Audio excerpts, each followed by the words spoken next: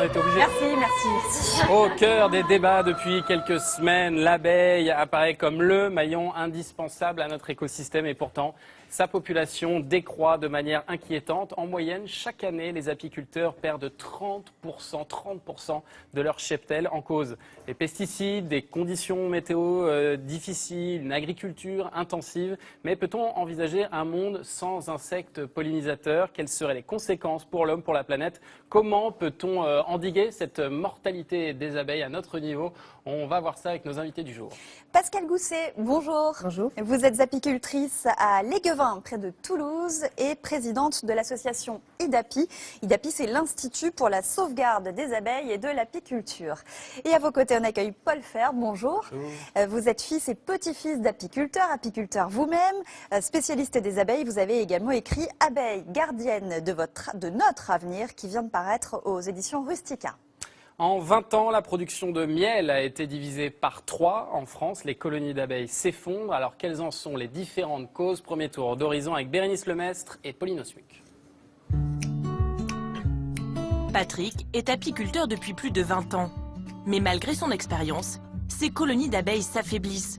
Leur espérance de vie diminue. Et il lui est même arrivé de perdre des ruchers entiers. Je me rappelle au début, je pouvais avoir une même reine dans une ruche pendant 4-5 ans. Maintenant, on a très souvent les abeilles qui changent leur reine parce qu'elles la considèrent comme pas viable. Elles la changent au bout de 6 mois, parfois 1 an.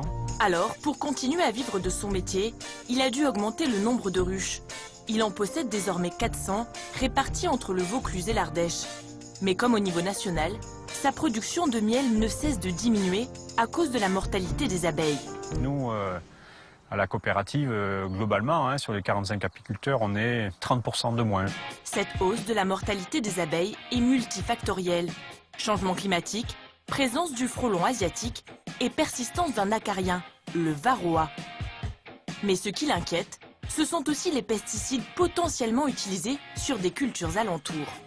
J'essaie de leur offrir un bol alimentaire qui soit le plus bio possible et le moins traité possible. Maintenant, apparemment, les produits volent très loin. J'imagine bien que leur environnement n'est pas sain, n'est pas 100% sain. Rien n'empêche les abeilles d'aller un petit peu plus loin. Parmi les pesticides pointés du doigt pour leur toxicité, ceux de la famille des néonicotinoïdes. Ces insecticides sont apparus sur le marché au milieu des années 90, majoritairement commercialisés par Bayer Monsanto et Syngenta. Jean-Marc Bonmatin, chercheur au CNRS, les étudie depuis plus de 20 ans. Ils ont la particularité d'être neurotoxiques, c'est-à-dire qu'ils agissent sur le système nerveux central, et notamment le système nerveux central des insectes.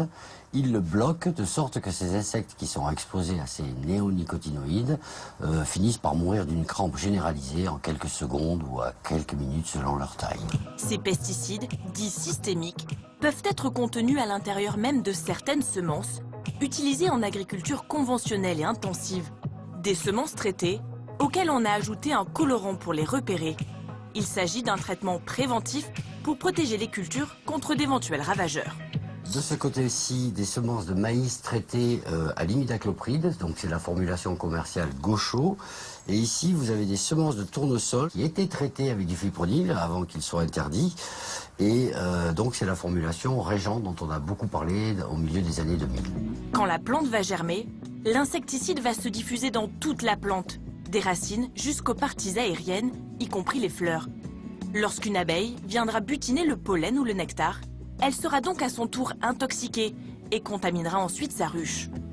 Les néonicotinoïdes sont les produits phytosanitaires les plus utilisés au monde. Ça représente à peu près 40% du marché mondial. Et la France consomme à peu près 400 tonnes de ces néonicotinoïdes par an. Pour vous donner un ordre de grandeur, si je les compare au DDT qui a été supprimé dans les années 60-70, eh bien, ils sont à peu près entre 5000 et 10 000 fois plus toxiques que ne l'était le DDT. Et même si les abeilles ne butinent pas certaines cultures comme le blé, ces insecticides toxiques sont tellement persistants dans les sols que les cultures suivantes seront elles aussi contaminées. Et si on veut un sol propre, il va falloir attendre à peu près 5 ans pour l'imidaclopride. Pour d'autres molécules, ça peut être 30 ans avant que le sol soit propre. Pour comprendre l'impact de ces pesticides sur la disparition des abeilles, direction l'INRA d'Avignon. L'Institut de l'abeille a mené une expérience en situation réelle en exposant des butineuses à des quantités infimes de pesticides. Notre hypothèse était que de faibles doses d'insecticides retrouvées dans la fleur affectaient le retour à la ruche des butineuses, donc entraînaient leur perte et induisaient ces dépopulations dans les ruches. Pour en faire la démonstration, il a fallu suivre les abeilles à la trace grâce à une petite puce. On met une puce électronique sur le thorax de chaque abeille et on met des scanners devant la ruche, les petits boîtiers noirs que vous voyez ici. Et à chaque fois que l'abeille marquée avec sa puce passe sous le scanner, on a l'heure exacte de son passage. Et on sait si elle est revenue à la ruche ou pas. 600 abeilles ont ainsi été marquées. La moitié d'entre elles ont ingéré une infime quantité de pesticides. Le reste a servi de témoin. Elles ont ensuite été relâchées à 1 km de la ruche. Grâce à cela, on a montré que le nombre de butineuses qui ne revenaient pas à la ruche était 3 fois supérieur lorsque l'abeille était exposée à une faible dose d'insecticide. Cet insecticide va jouer sur son cerveau et elle sera incapable de lire le paysage pour retourner à la ruche, ce qui explique sa perte. La disparition des abeilles ne serait pourtant que la partie immergée de l'iceberg. Toute la biodiversité est impactée et bien sûr ces néonicotinoïdes ne sont pas sans conséquences pour la santé humaine. Quand vous avez des produits qui sont cancérigènes, perturbateurs endocriniens, qui jouent sur le neurodéveloppement du cerveau, je pense notamment aux jeunes enfants ou aux fœtus, on sait que ces produits ont ces effets-là, et en fait on prend les populations comme étant un test, on fait un test à l'échelle réelle. Donc je crois que là le principe de précaution s'applique pleinement. En France, la loi sur la biodiversité prévoit une interdiction de tous les néonicotinoïdes à partir de septembre 2018, avec des dérogations possibles jusqu'en 2020. Une interdiction réclamée depuis longtemps par les apiculteurs et les scientifiques indépendants. Alors oui, sauf que, Paul Fert, 2 pesticides contenant un nouveau néonicotinoïde ont été mis sur le marché fin septembre. Malgré cette interdiction à venir dont on a parlé dans le sujet, on a un peu de mal à comprendre ce qui se passe. Oui, effectivement, c'est un peu contradictoire. Donc après, vous utilisez le mot néonicotinoïde, c'est justement le débat. Est-ce que ces 2 fabrications, cette molécule-là, rentrent ou pas dans cette définition des néonicotinoïdes? Ils ont leurs conséquences négatives sur les abeilles, sur la faune auxiliaire, sur les sols, etc. est démontrée. Donc on n'a pas envie, effectivement, nous apiculteurs, de voir un nouveau produit arriver sur le marché. Donc effectivement, l'ANSES, qui est l'autorité qui étudie ces mises sur le marché, a 3 mois pour réévaluer un petit peu ce produit-là, en voyant spécifiquement si la question abeille a bien été étudiée. Parce que c'est très compliqué de mettre sur le marché un produit. Il faut voir dans toutes les conditions, est-ce que ça a des effets ou pas sur les abeilles. Et on peut toujours aller plus loin, effectivement. Ouais, on suivra en tout cas ce dossier de près. Vous, Pascal Gousse, en tant qu'apicultrice, est-ce que vous constatez au quotidien la mort des abeilles dans vos ruches? Hélas oui. Il y a des abeilles mortes devant, il y a le cheptel qui diminue tout le temps. Dans quelle proportion vous l'avez évalué? Je pense qu'on est tous à l'unanimité sur 30% de baisse d'abeilles sur nos ruchers. Et vous en parlez avec les agriculteurs qui sont autour de vous? On pleure. C'est même pas la peine d'en parler. On peut rien faire. En fait, on est victime de toute la pollution extérieure, de tout ce qui se passe dans les champs. On est victime de tout ça. Et qu'est-ce qu'on peut faire, nous, pauvres apiculteurs? C'est aussi l'intérêt des agriculteurs de préserver les abeilles, parce qu'on le voit, hein, tout est lié. Et sans les abeilles, il n'y aurait pas de pollinisation. Donc, ils en ont besoin également. Je pense que c'est un problème de génération. Je pense que la génération qui a déjà un certain âge ou un âge certain ont été élevés à tous les produits chimiques qui puissent exister, que ce soit les Monsanto, les Bayer, etc. Et donc, on leur a quand même vendu pendant des années qu'ils donnaient, c'était grâce à eux qu'ils allaient nourrir la terre. Les agriculteurs d'un certain âge disent tout ça. C'est nous qui nourrissons la terre. Et aujourd'hui, ils ne savent pas se priver de ces produits-là. Les jeunes agriculteurs, moi je crois dans la génération donc des petits jeunes, là, comme celui-là, qui eux sont convaincus que notre terre est dramatiquement sinistrée et que demain matin on va évoluer. Mais aujourd'hui, les anciens, qui sont encore pas à la retraite, ont du mal. Ils ont du mal à se reconvertir et ils se reconvertiront pas. Il y a Roland qui nous dit si on a moins d'abeilles, ça signifie moins de miel et le prix va exploser. Est-ce que le miel est en train de devenir un produit de luxe? Oui.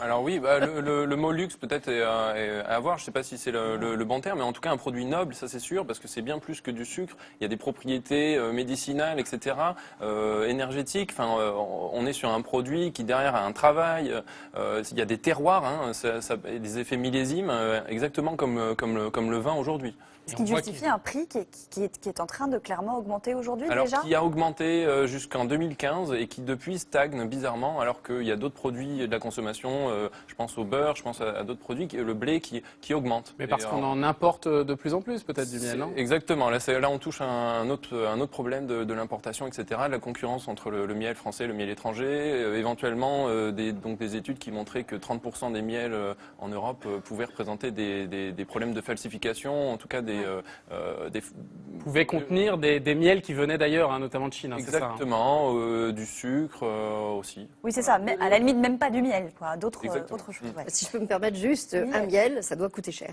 Un miel qui est pas cher, c'est pas du miel. Ouais. Ça veut dire que c'est quoi le prix d'un pot de miel ? Un miel peut être entre 15 et 30 euros le kilo si c'est du vrai miel. Je ne sais pas si vous contestez. Ça peut varier, hein, effectivement. Il y a des miels qu'on peut produire que dans certaines vallées de montagne ou que dans des endroits très spécifiques. On va en produire des toutes petites quantités. Donc effectivement, on peut avoir des écarts de prix allant de 7 euros le kilo à 30 euros le kilo. Bon, et puis la question du prix, évidemment, ne fait pas tout. Pourquoi est-ce qu'on dit que les abeilles sont indispensables à notre alimentation ? Expliquez-nous.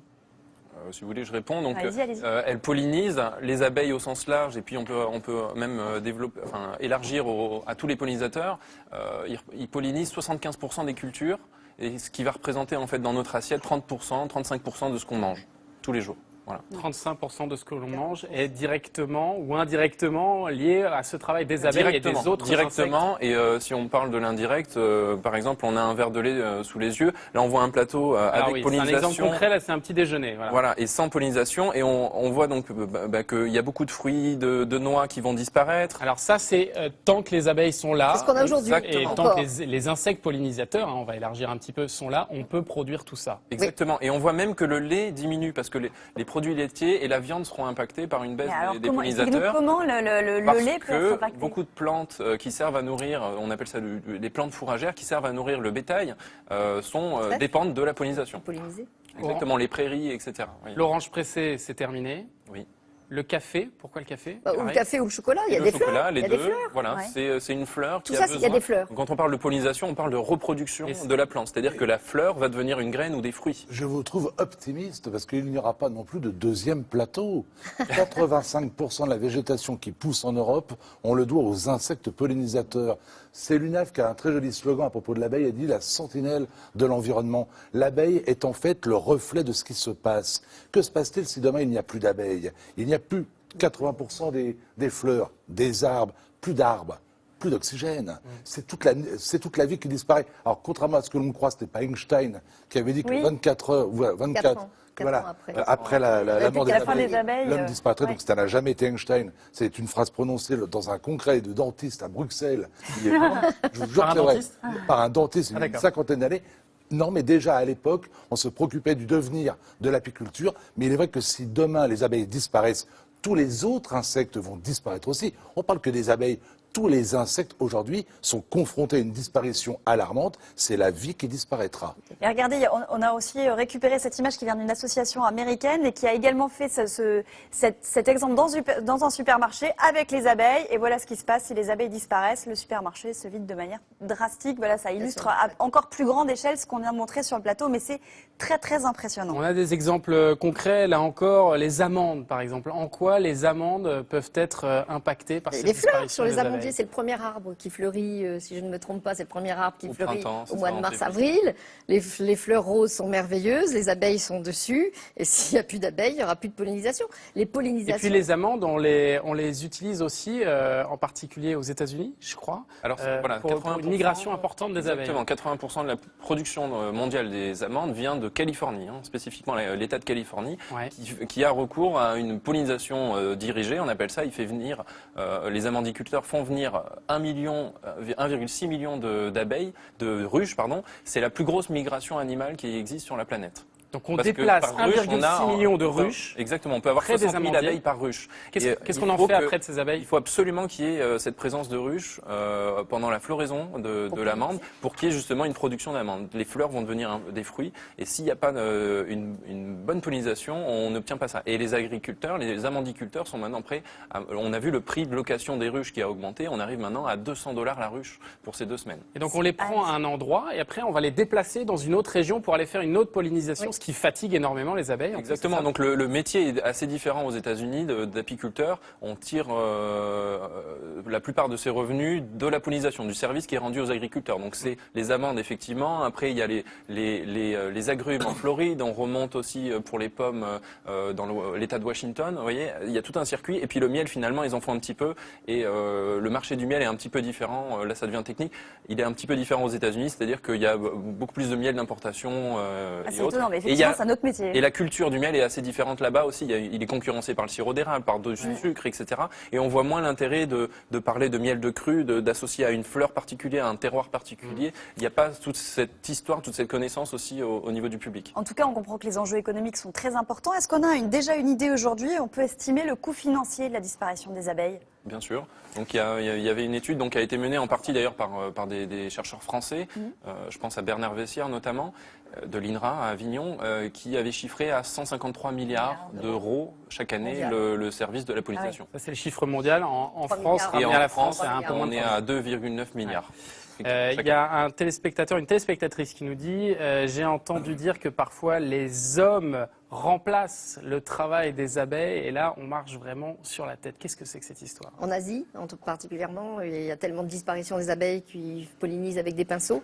Et il y a même des chercheurs qui sont en train d'inventer des drones pour polliniser, pour remplacer les abeilles, ce qui alors là est complètement apocalyptique. Mais sinon, ce sont des petites mains qui sont là? Là, il y a des pinceaux, des hommes qui sont payés. C'est-à-dire qu'aujourd'hui, les abeilles font un travail phénoménal qui représente des milliards de prestations gratuites aujourd'hui. Mais là, en Asie, on paye des gens à polliniser avec des pinceaux. Voilà, parce que la nature a été déséquilibrée dans ces régions-là. C'est surtout le Sichuan en Chine qui... Donc il y a eu plusieurs politiques en fait d'élimination. D'abord sous la Chine communiste de Mao. D'abord on a voulu éliminer les moineaux qui mangeaient une partie des récoltes, des graines. Les moineaux mangeaient aussi des moustiques et des insectes. Donc il y a eu une prolifération d'insectes. La deuxième politique ça a été d'éliminer les insectes en répandant des pesticides dans les campagnes. Et donc une des conséquences, on a effectivement éliminé les moustiques, mais on a aussi éliminé tous les insectes qui rendent ce service de pollinisation. Et aujourd'hui, la nature ne reprend pas ses droits parce qu'on continue aussi dans ces vergers à utiliser des pesticides. Bon, alors qu'est-ce qu'on peut faire, nous, maintenant, à notre échelle, pour enrayer un peu cette disparition? Moi, j'ai une réponse. Il faudrait boycotter tous les faux miels. C'est-à-dire arrêter d'acheter du miel pas cher dans les grandes surfaces. Il faudrait que tous les Français aient un petit geste vis-à-vis des apiculteurs pour dire un miel, ça peut pas être du faux miel, on peut pas manger du sirop, des trucs horribles. Il faut faire l'effort d'aller voir les apiculteurs sur les marchés, des vrais apiculteurs qui vous vendent du vrai miel, et essayer de les aider parce qu'eux aujourd'hui, ils font... Pardon, mais ça va pas protéger les abeilles. Non, mais déjà, si vous aidez les apiculteurs, ça va aider. Oui, ça va aider les apiculteurs, mais est-ce que ça va aider les abeilles? Qu'est-ce qu'on peut faire pour les abeilles? Déjà, pas les tuer, non? Pour rester toujours dans le domaine de la consommation, on a un pouvoir de consommateur qui est quand même important. Et vous voyez, par les produits qu'on achète dans notre quotidien, 3 fois par jour au moins, on mange et donc du coup, on peut décider aussi de notre avenir à travers ces 3 étapes-là. On peut justement opter pour des labels ou des produits qui respectent un peu mieux l'environnement, qui sont moins gourmands en produits pesticides, chimiques, voilà. Et les jardiniers amateurs, Alain? Et planter des fleurs mellifères, voilà. Si on arrêtait ça c'est plus notre cours. Et si on arrêtait surtout de croire que le bio, les pesticides bio étaient la panacée. Quand vous tuez de manière biologique une abeille, vous la tuez quand même. Que l'on arrête de mettre des produits pour tuer. Versailles se veut être un exemple. Nous avons beaucoup travaillé avec l'UNAV, donc les apiculteurs de France. Versailles, un verger, un potager, des jardins extraordinaires. Et oui. Pas une goutte de pesticides, comme quoi ça fonctionne. Et à l'inverse, on peut planter, comme disait madame, des plantes. Fleurs dans son jardin. Il faut recréer des espaces de pollinisation. On détruit actuellement l'environnement propice aux abeilles. Remettons en place des espaces où les insectes pollinisateurs, abeilles et autres, peuvent venir enfin se reproduire et vivre. Donc et d'ailleurs, non, quand il y a des essaims qui arrivent dans les jardins, les laisser aussi, pas les enfumer, vouloir les faire disparaître. Alors ça, c'est un problème d'éducation. J'aimerais bien juste dire, c'est que en fait, il faut un petit peu éduquer les gens qui n'ont pas du tout les bons réflexes. Et vis-à-vis, alors moi je passe dans les écoles pour essayer d'éduquer les enfants. Une abeille ça pique pas, c'est pas méchant, c'est hyper gentil, il faut la sauver. On tue pas une abeille parce qu'elle vient sur votre tartine de confiture. Et on ne tue pas non plus une guêpe. Je vous rappelle qu'une guêpe par jour boulotte en moyenne 300 mouches. Ouais. Ah oui. Ça peut être utile. Choisissez. Et puis, et quand on voit un essaim, quand il y a un essaim, on appelle les apiculteurs locaux. Et puis vite, parce que les essaims, ils sont volatiles, donc ils peuvent partir. Et il faut absolument appeler les apiculteurs. Et puis on arrête de trop tondre les bas-côtés, on arrête de faucher le long des routes, on regarde toutes ces petites fleurs, surtout les jaunes, au début du printemps, car les abeilles adorent la couleur jaune. C'est la première couleur qui met leur sens en éveil. Donc on laisse pousser les petites fleurs dans la nature, on plante des végétaux mellifères. Mais lesquels? Oh, il y en a plein. Il y a des l'abricotier, des châtaigniers. Sur Internet, il y en a partout. La plupart, comme je disais, 75% des plantes, 90% des plantes à fleurs sauvages dépendent de la pollinisation, donc elles sont attirantes pour ces insectes. Si vous voulez la liste, elle est sur le site de France Agrimaire. France Agrimaire, si vous voulez la liste de ces plantes. Dernier conseil, Mélanie. Ouais, pour soutenir les apiculteurs, on peut parrainer une ruche. On peut parrainer ou adopter une ruche, notamment, et pas que quand on est à la campagne avec un grand jardin, mais aussi sur son toit. Maintenant, les citadins peuvent parrainer ou adopter des ruches et les faire installer sur leur toit. Il y a plein d'associations qui font ça. Je pense notamment à un toit pour les abeilles, le bien nommé, ou alors une ruche sur le toit.com ou Bee City. L'apiculteur s'occupe de tout, installe la ruche, vient récupérer le miel. Et puis si vous la parrainez juste, parce que vous n'avez pas un accès à un toit facile, c'est possible. Et puis pour entre 100 et 300 euros par an en fonction de la taille de votre ruche, vous allez recevoir du miel à votre nom. Alors à la quotidienne, on a parrainé une ruche chez un toit pour les abeilles. Et du coup, on a nos petits pots de miel au nom de la quotidienne. Donc tu aurais ton pot de miel au nom de Maya Loquet, par exemple. Pas mal. Et voilà, et on sait d'où vient le miel. On a aidé un apiculteur. Il est bon. Et il est très bon. Une ruche, et en plus, le miel est très bon.